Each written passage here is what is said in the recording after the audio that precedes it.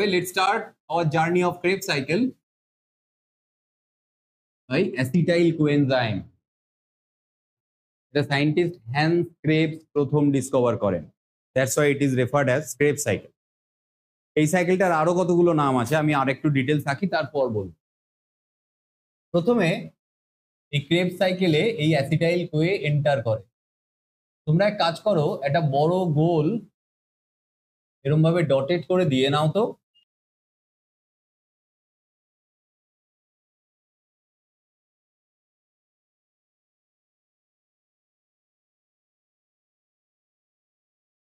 যে ডটেড লাইনগুলো এঁকেছি সেগুলোকে এবার বোল্ড করি আর অ্যারোর ডাইরেকশন দিই।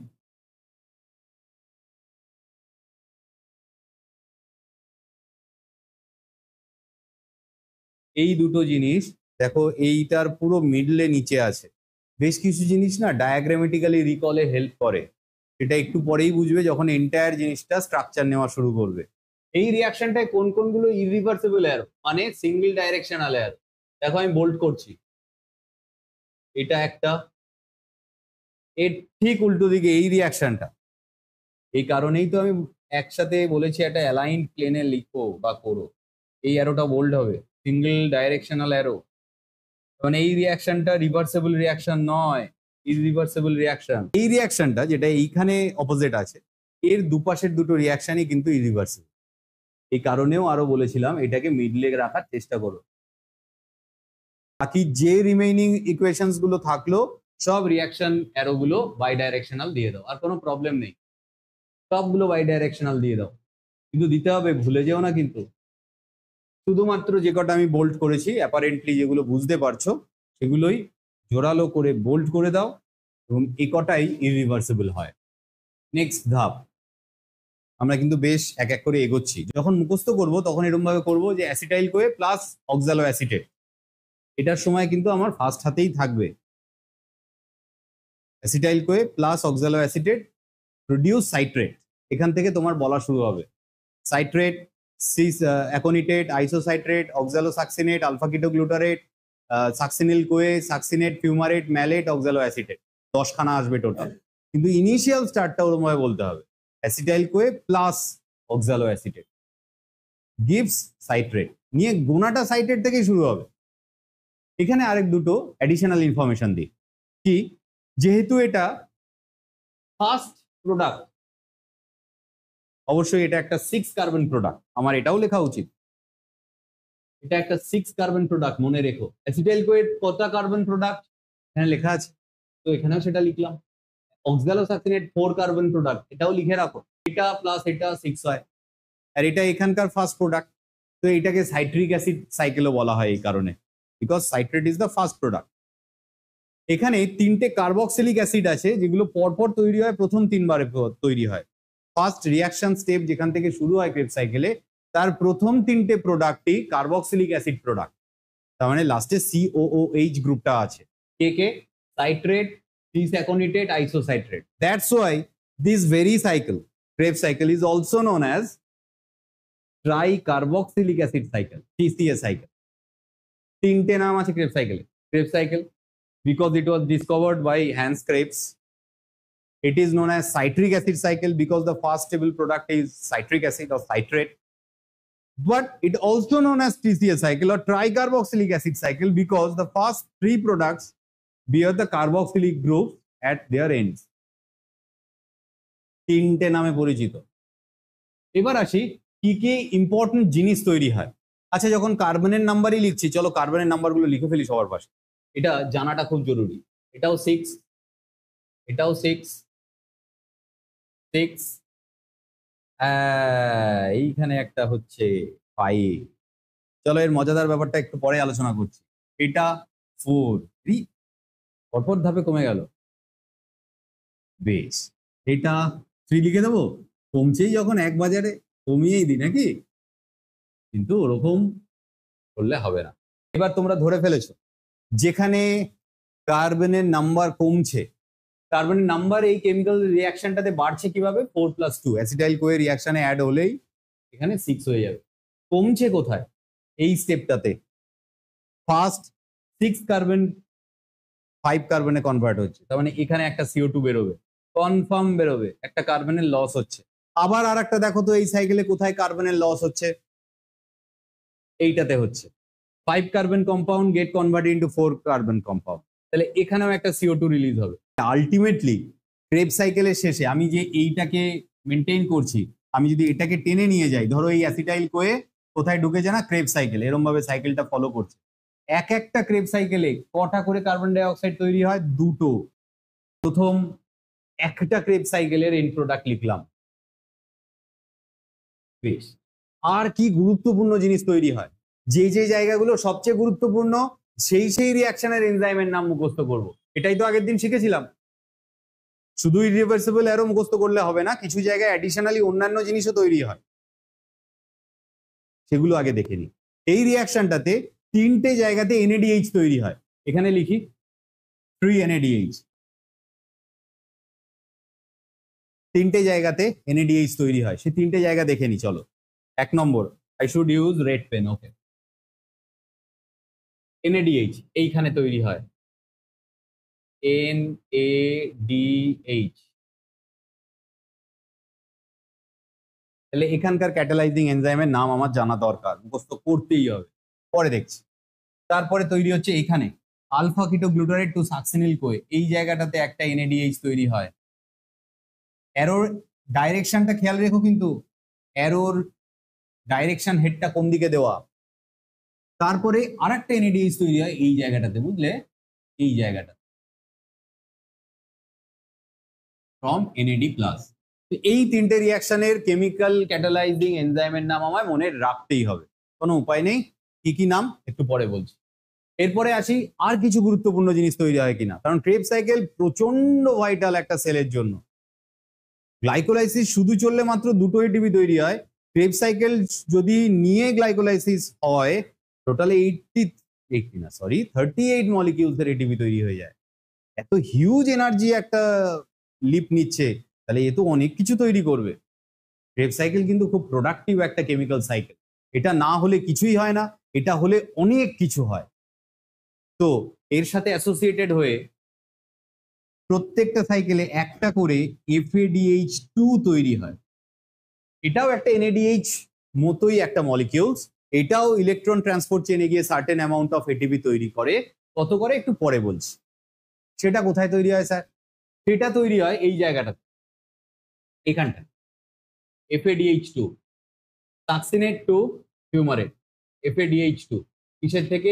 FAD+, flavin adenyl dinucleotide, flavin adenyl dinucleotide. The name derived from riboflavin. কোন ভিটামিনের নাম? রাইবোফ্ল্যাভিন। এটা এই পার্টিকুলার সাবস্টেন্সটা ওই ভিটামিন থেকে ডিরাইভ। মানে কারোর শরীরে যদি ভিটামিন B2 এর ডেফিসিয়েন্সি থাকে, তার বেটা FAD+ তৈরি হবে না, তার মানে তার FADH2 তৈরি হবে না, তার মানে তার ক্রেব সাইকেল বন্ধ বসে থাকবে। কি ড্যামেজিং এফেক্ট ভাবতে পারছো? এই ভিটামিনগুলোর কি গুরুত্বপূর্ণ রোল। আমরা যখন সেই সময় পড়তাম আমরা শুধু রোগ মুখস্থ করতাম, অরিজিনালি রোগের গুরুত্ব থেকেও বড় কথা এইগুলো। ধরো কারোর শরীরে নিয়াসিন ভিটামিনের অভাব আছে, B3, তাহলে তো গ্লাইকোলাইসিস হবে না, কারণ নিয়াসিন তো NAD এর precursor molecule. Nicotinamide adenine dinucleotide, NAD, এ কোথা থেকে আসে? নিয়াসিন থেকে আসে। ভিটামিন B3 ডেফিসিয়েন্সি যার পেশেন্ট, তার শরীরে আর কি রোগ হবে জানি না, গ্লাইকোলাইসিস হওয়া মুশকিল হয়ে দাঁড়াবে। এই জন্য এই ভিটামিনগুলোর এক্স্যাক্ট রোল বুঝতে গেলে বহু বায়োকেমিক্যাল পাথওয়ে পড়তে হয়, তখন বুঝতে পারবো এর তো রোল সর্বত্র আছে, ছোট ছোট জায়গায় আছে, যেগুলো আমরা বলা যায় না। তো এখানে আমরা জানলাম সেটা FADH2 তৈরি হলো। আচ্ছা স্যার, গ্লাইকোলাইসিস রিঅ্যাকশনে আমরা 4খানা ATP তৈরি হতে দেখেছিলাম, যেগুলো সাবস্ট্রেট লেভেল ফসফোরাইলেশনে ছিল, ডাইরেক্ট তৈরি হয়েছিল। এখানে কি এরকম ATP হবে না?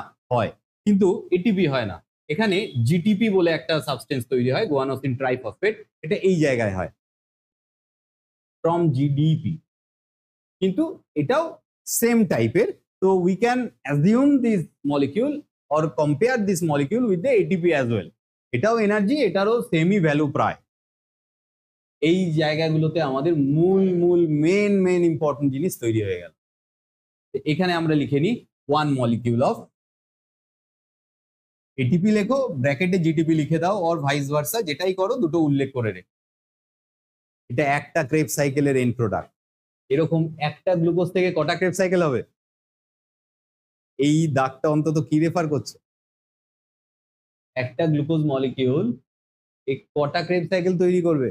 এটা দুটো হবে ক্রেব সাইকেল। একটা গ্লুকোজ যে actually at the end of the time দুবার ক্রেব সাইকেল চালায়, এটা জানা দরকার না? বুঝতে পারছো না তোমরা কিভাবে এটা স্প্লিট করে দুটোকে অ্যাসোসিয়েট করে এগোচ্ছে লাইনটা? এক একটা ক্রেব সাইকেল শুরু হয় কোথা থেকে? অ্যাসিটাইল কোয়ের থেকে। এরকম অ্যাসিটাইল কোয়ে একটা গ্লুকোজ থেকে কটা তৈরি হয়? দুটো, ফ্রম টু রেসপেক্টিভ পাইরুভেট। তো দুবার ক্রেব সাইকেল হবে। ক্রেব সাইকেল একটা গ্লুকোজে দুবার হবে, তো এন্ড প্রোডাক্ট তো দুটোই হবে না? এখানে যা তৈরি হয়েছে ইন্টু টু হবে না?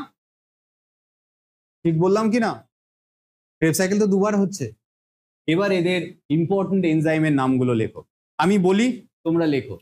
এইটা আইসোসাইট্রেট থেকে অক্সালোসাক্সিনেট, আমার এখানে পর্যাপ্ত জায়গা নেই, আমি এটাকে নাম্বার 1 করি। হ্যাঁ, এটা লেখো আইসোসাইট্রেট ডিহাইড্রোজিনেস, খুব ভাইটাল একটা enzyme.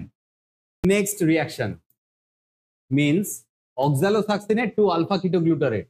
This also catalyzed by the same enzyme, isocytrate dehydrogenase. এটাও তাই। তো নাম্বার 2 তেও তোমরা নাম্বারিং করো না, তোমরা এনজাইমের নাম ডাইরেক্ট লেখো। বানান না পারলে স্টাডি মেটেরিয়াল দেখো, সব পরপর রয়েছে। দেন চলে আসো এই জায়গাটাতে। This is also another very important reaction step, number 3. প্রচন্ড গুরুত্বপূর্ণ reaction, alpha কিটোগ্লুটারেট two সাকসিনিল Koi. Hard এর ক্যাটালাইজিং এনজাইম আলফা কিটোগ্লুটারেট ডিহাইড্রোজিনেস। তারপরে আমরা চলে এলাম জিটিপি, সাবস্ট্রেট লেভেল ফসফোরাইলেশন কে করে? দেখো, একটা তোমাদের ইনফরমেশন তো আগের দিনে মাথায় ঢোকাতে পেরেছি, যে কোনো রিঅ্যাকশনে এটিপি লাগুক বা তৈরি হোক, সেখানে জেনারেলি কাইনেজ জাতীয় এনজাইম থাকে। খেয়াল করে দেখো, তুমি আগের দিনে গ্লাইকোলাইসিসের পেজটা খোলো, সেখানে যেখানে দেখো এটিপি লেগেছে বা তৈরি হয়েছে, তার এনজাইমটার নাম কম বেশি ম্যাক্সিমাম জায়গায় কাইনেজ আছে শেষে, ঠিক কিনা? এটা একটা হিন্টস, মনে রাখার মতো হিন্টস। এখান থেকে অতীতে আমি কোশ্চেন দেখেছিলাম জানো। এইটার নাম লেখো, এটা কত আসবে তাহলে? নাম্বার 4। এই এনজাইমটার নাম সাকসিনেট থায়োকাইনেস। এটাও তো জরুরি, এটাও তো ইলেকট্রন ট্রান্সপোর্ট চেনে গিয়ে এটিপি ইনডাইরেক্টলি তৈরি করবে। তো নাম্বার 5 এনজাইমের নাম সাকসিনেট ডিহাইড্রোজিনেস।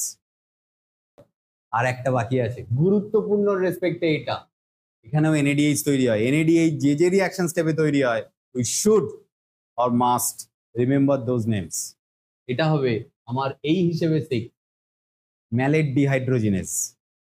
এবার ভেবে দেখো, এদের মন খারাপ হবে না কেন? এবার এ বলবে না স্যার আমি কি দোষ করলাম, সবাই তো করে ফেললো নিজেদের, এই দুটো রিঅ্যাকশন সব তো বলা হয়ে গেছে। আচ্ছা, এটা লেখার দরকার নেই, পুজো অফার যখন দিয়েছি এটা আমি বাস্তবেই লেখাবো না, কিন্তু এই দুটো রিঅ্যাকশন সেম এনজাইম অ্যাকোনিটেজ নামক একটা এনজাইম দ্বারা ক্যাটালাইজড হয়। যারা মনে রাখতে পারবে রেখো, এখানে লেখা জরুরি নয়। আর এই রিঅ্যাকশনটা ফিউমারেজ বলে একটা এনজাইম ক্যাটালাইজ করে। এই দুটো চাইলে ছাড়তেও পারো, বাকি ছাড়া যাবে না। এটা খুব জরুরি একটা কেমিক্যাল রিঅ্যাকশন। এই টোটাল এন্ড প্রোডাক্ট কি কি হচ্ছে? দু জায়গায় CO2 তৈরি হচ্ছে, 1 2, যেখানে কার্বন নাম্বার রিডিউস হচ্ছে। খেয়াল রাখো, খেয়াল রাখো, কার্বন নাম্বার রিডিউস হচ্ছে, তো 2 মলিকিউল অফ CO2 বেরোয়। এই দেখো, এখানে আমি লিখেছি 2 মলিকিউল অফ CO2। ভালো করে দেখো, একটা গ্লুকোজ যেখানে 6টা কার্বন ছিল, সে কিন্তু এন্ড অফ দ্য টাইম এইখান অব্দি আস্তে আস্তে 6খানা কার্বন ডাইঅক্সাইড তৈরি করেছে। তোমাদের চোখ কার্বন ডাইঅক্সাইডকে ধরতে পারছে কিনা আমি জানি না, আমি 6টা কার্বন ডাইঅক্সাইড দেখিয়ে দেবো। দেখো, এক একটা ক্রেব সাইকেলে দুটো করে হয়, এরকম ক্রেব সাইকেল দুবার চলবে, তো 2 × 2 4, 4টে হয়ে গেল। আর দুটো, এখানে CO2 আমি লিখিনি, তখন বলেছিলাম জায়গার অভাবে, এখানে দুটো CO2 হবে। এই রিঅ্যাকশনটা স্টেপ তখনের নামটা বলেছিলাম যখন পাইরুভেটের fate of pyruvate under aerobic condition বলছিলাম। মা, আমি এটা মেজর মিস্টেক করেছি। এই fate of pyruvate under aerobic respiration, এই রিঅ্যাকশন স্টেপটার নাম অক্সিডেটিভ ডিকার্বক্সিলেশন। এই স্টেপটা আমি বলতে তখন লিখতে ভুলে গেছি। গ্লাইকোলাইসিসের পর under aerobic respiration, the second step is oxidative decarboxylation, not the Kreb cycle. এটা আমরা অতীতে পড়িনি। ক্রেব সাইকেলের আগে এই স্টেপটা হয়, যেখানে pyruvate get converted into acetyl CoA. Vital জিনিস অবশ্যই পড়ে নেব আমরা। বাকি আর কি কি গুরুত্বপূর্ণ জিনিস হয়? NADH কটা হয়? 3টে, 1 2 3 একটা সাইকেলে তিনটে, এই দেখো তিনটে লিখেছি, সাইকেলটা দুবার হবে তো ইন্টু 2, টোটাল 6খানা NADH তৈরি হয়। FADH একটা তৈরি হয়, এখানেও একটাই লিখেছি, টোটাল একটা গ্লুকোজ থেকে দুটো FADH2 তৈরি হয়। আর কি তৈরি হয় গুরুত্বপূর্ণ জিনিস, কিছু মিস করছি, জিটিপি বা এটিপি একটা তৈরি হয়। সাবস্ট্রেট লেভেল ফর্মেশন ক্রেব সাইকেলে কিন্তু একটাই, কিন্তু ক্রেব সাইকেলে এনার্জি প্রোডাকশন এত কম ভেবো না, এনার্জি প্রোডাকশন হিউজ, ডাইরেক্ট নয় ইনডাইরেক্ট। এইগুলো এবার ভাঙাটা আমরা দেখব। আজকে যেমন শুরুতে গ্লাইকোলাইসিসের ওই ইনডাইরেক্ট প্রোডাকশনটা দেখেছিলাম, 2 + 6 কিভাবে 8 হয়ে গেছিল, এবার চলো ক্রেব সাইকেলের কিভাবে এনার্জি প্রোডাকশনটা হয় সেটা দেখে নিই।